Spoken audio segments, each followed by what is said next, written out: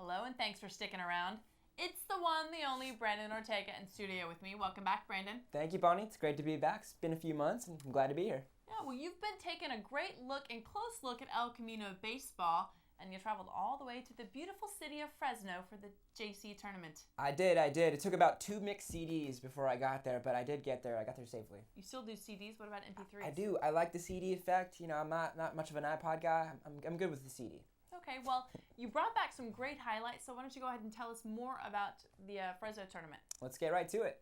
Well, after punching their ticket by winning the Super Regionals last week, the Warriors spent the next 5 days getting ready for one of the best JUCO teams in the nation, in Ohlone College.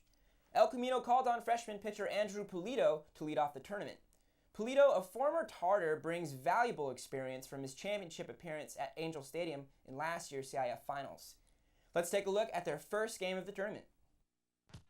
We start things off in the top of the first, and Pulido would get some help from his defense early on. Bobby Martin makes the diving catch. He doesn't look very fast, but that guy was hustling all day long and made a great play right there. Pulido not so lucky on this one. Steven Ramos zings a ground ball past Jeff Mira, and that's going to score the first run of the game. Ohlone strikes first. 1-0 still in the first inning with 1 out left to go. Pulido gets some more help from his outfield, this time from his left fielder. Kyle Petter makes his way up, calls off Jeff Mira, and he makes the catch. Warriors down 1-0 as they take their first at-bats. Ohlane's Roberto Padilla came in red hot. He pitched 2 complete games in the Super Regionals, and he'd show the Warriors his stuff, getting Drew Rodella to strike out early. The Warriors would just struggle all day long as Padilla frustrated them at the plate. Ohlone begins an onslaught in the second inning. They score 4 runs, starting with this RBI double. Thompson can't make the play to home, and DeGuire misses at second base, and the Warriors would just struggle on both sides of the plate now. Pulido gets one of his 2 strikeouts to end the second, but not before the 4 runs were scored, and Kyle Petter continues the struggles on the offensive end. He strikes out for Padilla's 5th strikeout of the game. John Hine would only manage 1 hit, but that would be the only hit the Warriors would get all day long. It was a very uncharacteristic first game, to say the least, for El Camino, and they would struggle to a 13-0 loss. El Camino became the first team in state championship history to be 1 hit in tournament competition. John Hine supplied the only hit, as you can see, but not enough offense for the Warriors, and the Warriors would need to quickly forget about their first round debacle with a talented San Mateo team up next in the losers bracket elimination game. The Warriors look like a completely different team in their showdown with San Mateo, and not just because they changed into the blue unis. John Hine supplied the early offense. The sophomore belted a triple in his first at-bat into left center, and that starts an early rally. The Warriors now in scoring position. Catcher Aaron DeGuire flew a long fly ball that allowed John Hine to score and convert the sac fly. Warriors up 1-0. With 2 outs, Chris Vopnik was up a few batters later, and the Warriors up 3. Vopnik blasts a shot all the way in the left field wall, and that's a big green monster, about halfway up the green monster at John Ulis Ballpark. Still 2 outs, Garrett Cooper comes up next, and he keeps the rally going. The Warriors put up they put up 6 runs in the first inning, and they were not even done, believe me. In the second inning, it begins again. Jeff Mira comes up with the bases loaded, and he sends a shot into center. Bobby Martin and Chris Vopnik find their way home, and the Warriors' lead actually got up to 9 in the second inning. 14 runs were scored throughout the game, and that's a big showing after being shut out the day before, and Kyle Petter certainly appreciated that. Petter did not have his A game by any means, but he got a strikeout to end the 6th inning, and he ended up with 7 innings worth of work throughout the game, and Sal Zambrano would take over in the 8th. Zambrano cruised through the 8th inning with a strikeout to begin his work, and he kept his composure. The 8th inning wasn't easy, but he would not allow a single run in the 8th, keeping the Warriors up 14-7 in the 9th. Zambrano gets a fly ball to end the 8th inning, and Bobby Martin would handle that, sending the Warriors into the 9th, as I said, with a 14-7 lead. Now they're up by 7, and from the beginning of the 9th inning, something was just not right with the Warriors. Zambrano gave up 3 runs in a hurry, and Zambrano gives up a double as he leads off in the 9th inning. RBI double, that brings in 2 runs right there. That cuts the lead to 1, and Fernley actually, they're up by 4, and Fernley had enough of that. Head coach Fernley brings in Jeff Schaffhauser, but they call him Chef. Chef came in to close out the game, and he would struggle right away. Chef right away gets a grounder to third. The Warriors get the out, At second, you'll see Vapanek gets that out, and then in the next up, they're down by 1, and Vapanek could not get the throw in time. Cooper couldn't get the scoop. Now Chef, the base is loaded. Chef, you'll see, walks in the tying run. They were only up by 1 right there, and it's battle time right here. And John Hine would come over to Chef, and he tries to settle down his pitcher.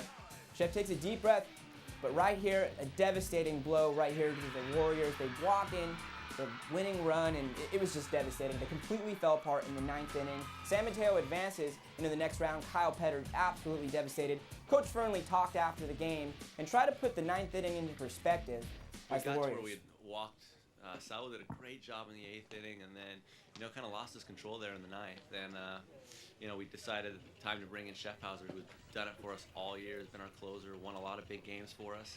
And it's just unfortunate that he had that outing that he had and wasn't able to throw strikes. Basically came out to us not giving us a chance to win. I mean, we can't focus on this. Like Petter was saying, we had a tremendous season. I mean, the team was just so close, and we accomplished so many great things that he told us just focus on the good things. We made it here.